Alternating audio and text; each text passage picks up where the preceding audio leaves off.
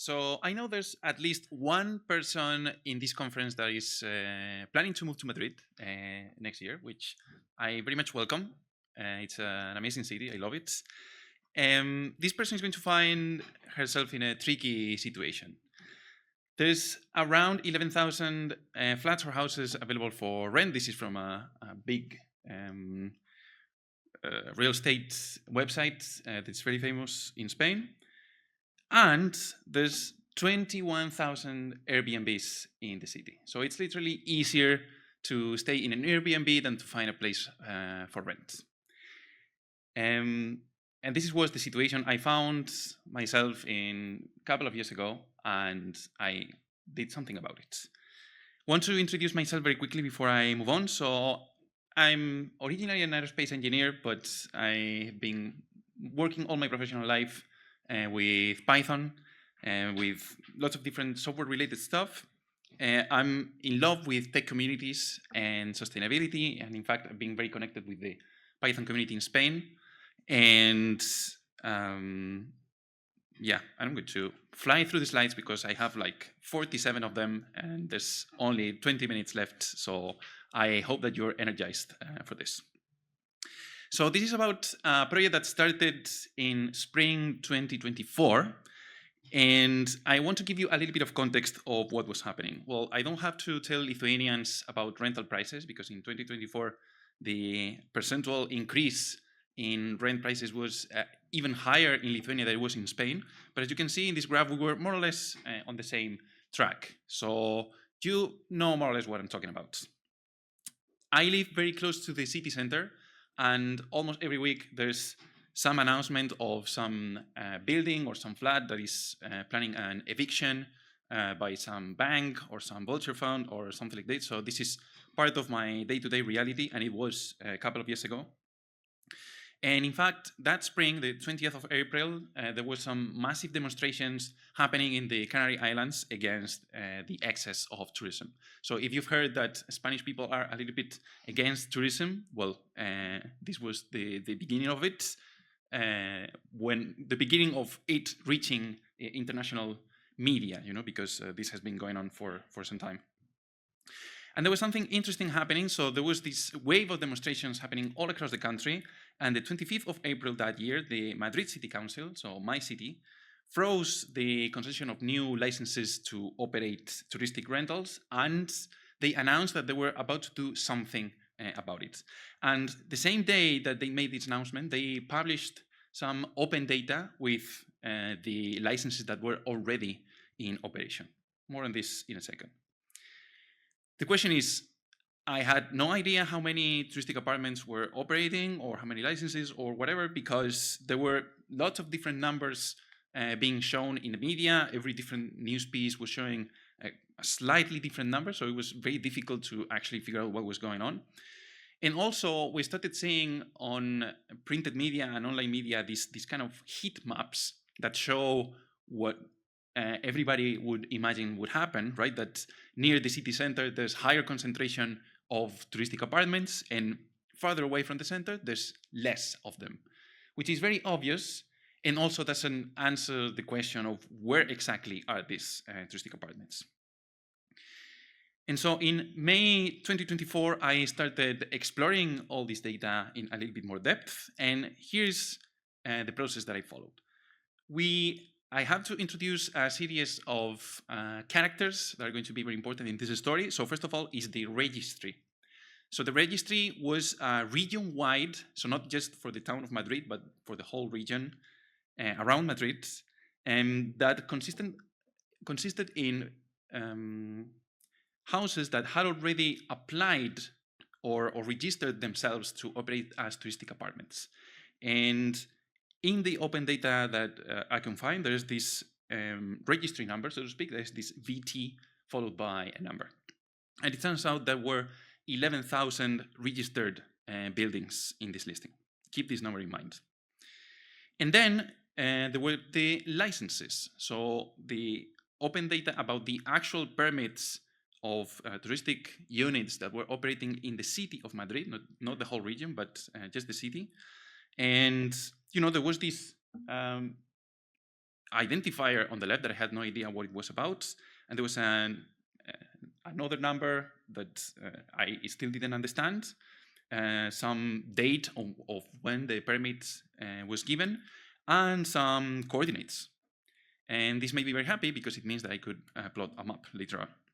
But the important thing here is that even though there were 11,000 units registered, there were only 1,008 licenses. This means that 90% of the units that were registered were operating illegally.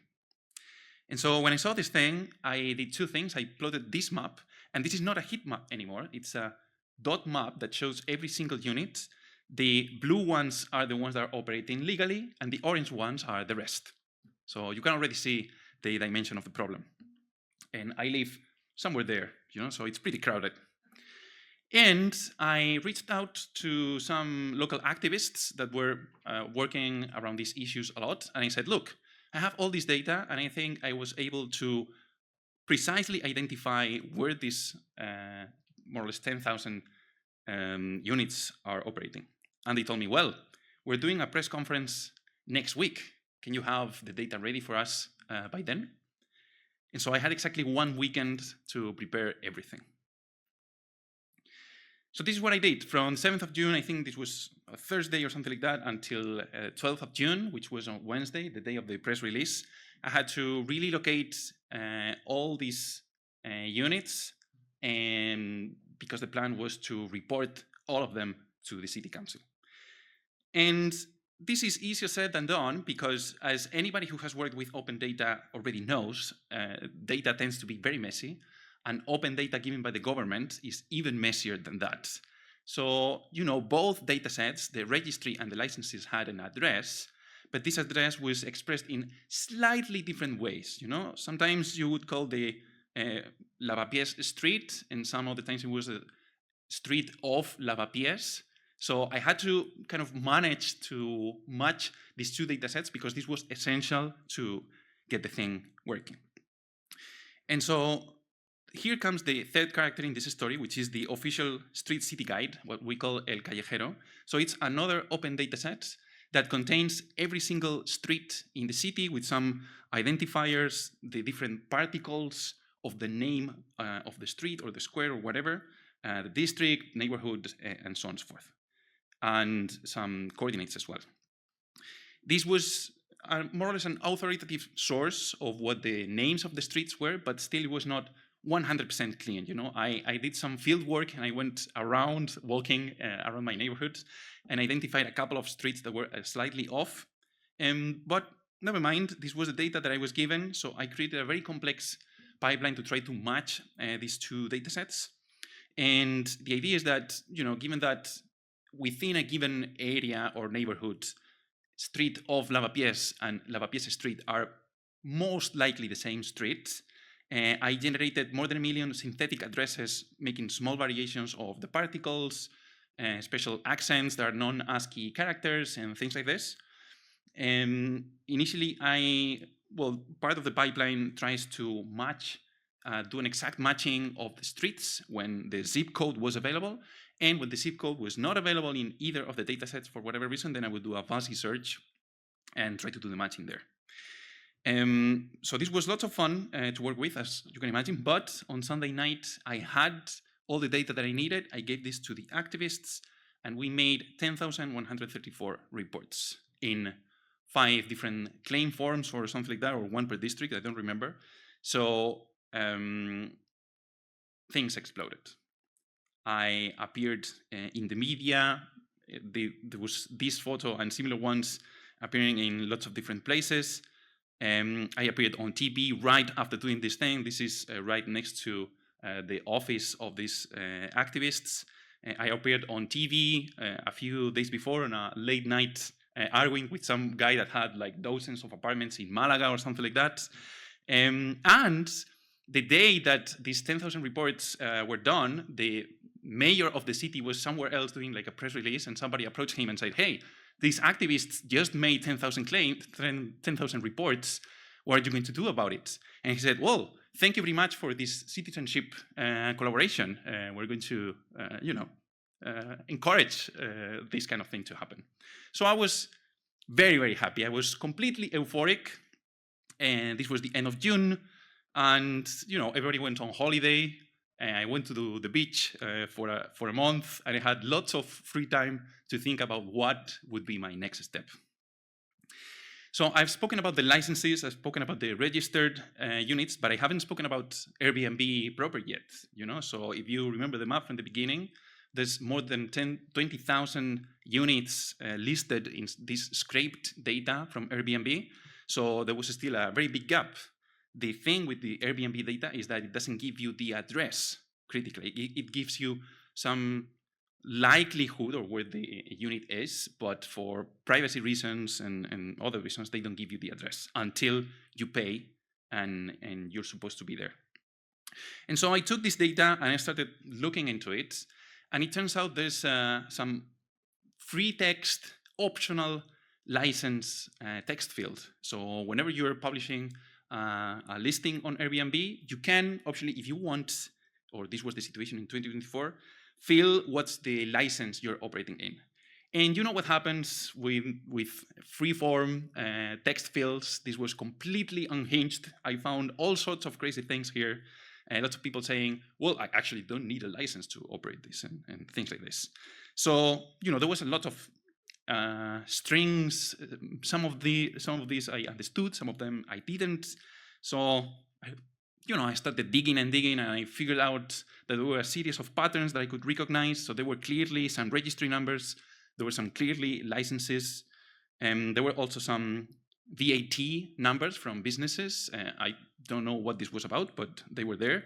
And there were also some ID numbers for specific buildings that you can get from the official real estate registries. So there was a lot of information here.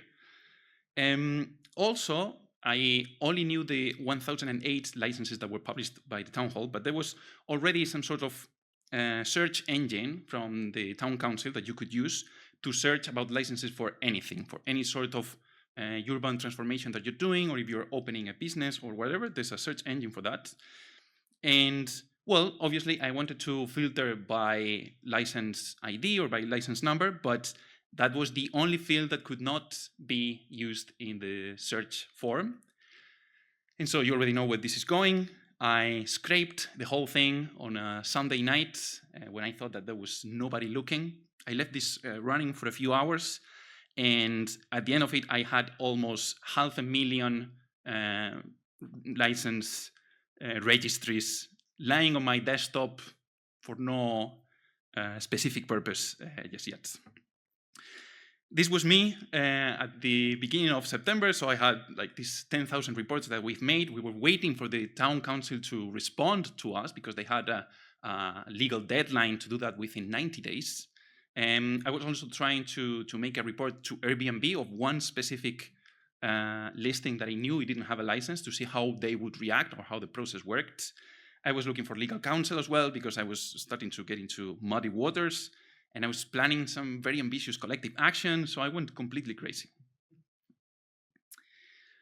But the reality hit very hard, and the deadline arrived for the city council to respond to us, and nothing happened. It was very anticlimactic, because 12th of September came, and then the 13th of September, and then the day after, and so on, and we had absolutely no clue what was going on. So we were just waiting for something to happen.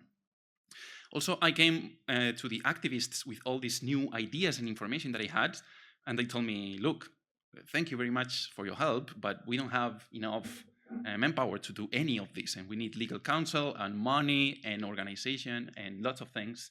So thank you, but there's not a lot that we can do with this. So I was a bit sad. But I gave a talk about this last year, so at least I could vent about all the things that I did in my city, in a very big event that happens there, which is called the Tech Fest. What I did not know by the time I gave this talk is that the town council was about to respond. And in fact, the 28th of July, 2025, actually more than a year later than we made the initial 10,000 reports, they responded in a very indirect way, because it turns out the opposition party had tried to take them to court. And so, the prosecutors probably asked the officials in the town council, hey, have you seen these reports? Can you tell me something about it so I can drop at least the criminal offense of you not doing anything? And so they did. The prosecutor's office dismissed the criminal complaint, and in the dismissal, there was some information about what the town council had been doing in those 13 months. And turns out that not a lot had been done, but anyway, this was kind of like a closing for the whole story, and that was it.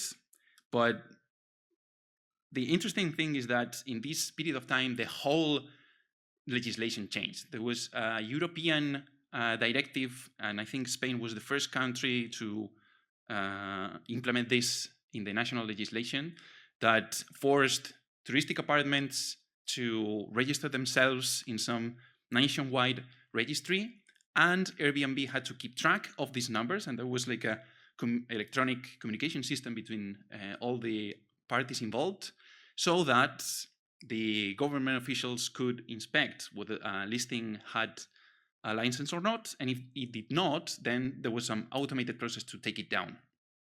And they did. They took down 53,000 illegal listings, not in Madrid, but all across the country. And my understanding is that they continue to monitor this to this day. And I'd like to think that somehow all this open data journey contributed to that in some way, although I don't have official confirmation of that. So long story short, lessons learned. First of all, organize, unionize, work together. Working with these local activists was absolutely the best part of the project.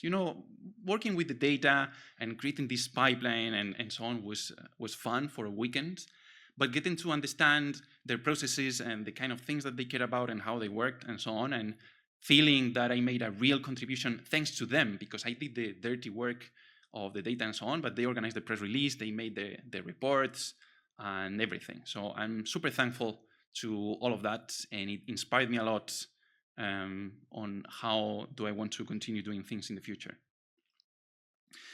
Also, I think this is worth saying, coding can be a superpower. Nowadays, in the age of Gen AI, and there's lots of people trying to apply LLMs and so on to these sorts of problems that are related to accountability, transparency, the public administration, and so on. I still think we need to work together. Problems are not going to solve themselves by just looking at data and looking at code, but coding can be a superpower, and every person in this room has the potential to apply this superpower for something good. And finally, and I hope this is not news for anybody, but I have to say it as well, complex problems require complex solutions. At some point, I was completely numbed by the success of this story, and I thought that we would solve the rental crisis in Madrid. This didn't happen. There's still lots of tension in the real estate markets in Madrid and Spain, but it's a global problem that requires global and very complex solutions. So if anything, this was the very beginning of doing something, but there's still a lot of work to be done. So that is it. I hope that you enjoyed, and I'm very happy to take any questions.